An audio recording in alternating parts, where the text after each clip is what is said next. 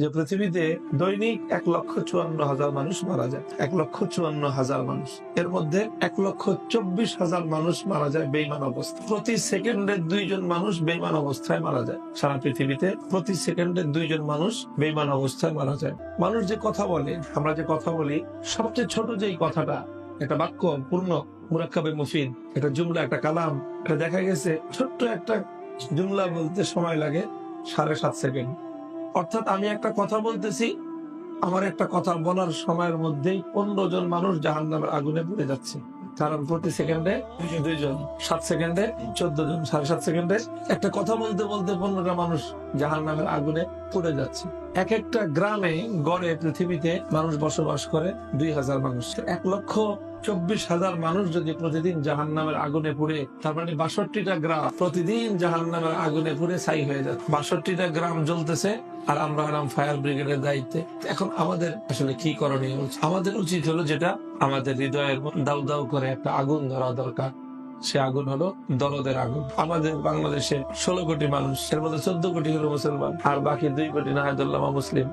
14 জন যদি দাওয়াত দিত, তো 2 জন মানুষ অমুসলিম থাকে কেন? 7 জনের ভাগে 1 জন পড়তো। তো 7 জন লোক যদি একজনের পিছনে ছুটতো দাওয়াত নিয়ে, তো সেই মানুষটা জাহান্নামের আগুনে জ্বলতে পারতো। সে মানুষটা জাহান্নামের আগুনে জ্বলতেছে কেন? সেই 7 জনের দায়িত্ব ছিল তাকে রক্ষা করা। এই 7 জন তো তারা আরামের ঘুম ঘুমাইতেছে, তারা মজা লুটতেছে, আর তারা বলতেছে যে বহু ধর্মের বিচিত্র বাংলাদেশ, এই বৈচিত্র্যের সৌন্দর্য ধরে রাখতে হবে আমাদের, যাতে যে যে ধর্মে আছে ওই ধর্মে থাকে।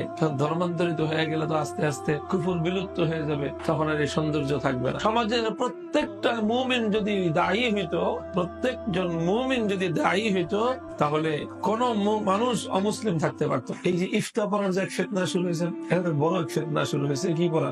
ইফতার পড়া, বড় ফিতনা। প্রত্যেকে বুঝতেছে যে আমার নামের শেষে মুফতি লাগাইতেই হবে।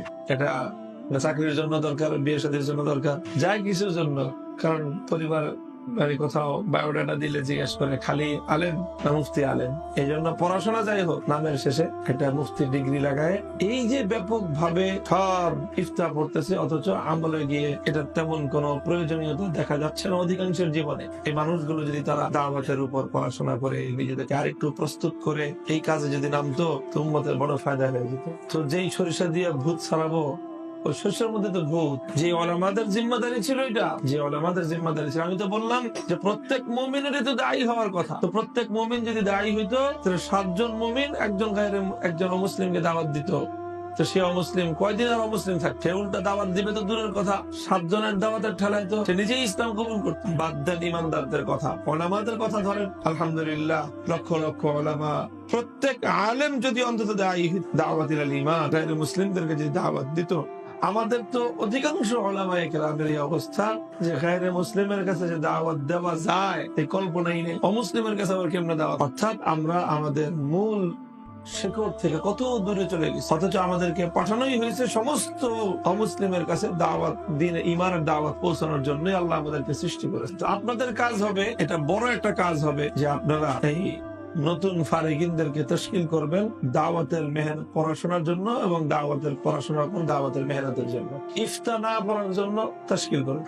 ইফতা পড়িস, মুফতির জ্বালায় দেশে এখন গিজ গিজ করে, পাও রাখা যায় না মুফতি। যে পরিমাণ মুফতি হয়েছে, আগামী 50 বছর যদি বাংলাদেশে আর কোনো মুফতি নাও হয়, তাহলে এই জাতির ফতোয়ার জন্য কি এখন দরকার? দায়ী, কাজের দরকার, কাজ, দায়ী দরকার। দায়ী ঘরে ঘরে দায়ী দরকার, ঘরে ঘরে মুফতির দরকার নাই। পুরা মহল্লায় একজন মুফতি থাকলেই যথেষ্ট। কিন্তু দায়ী প্রত্যেক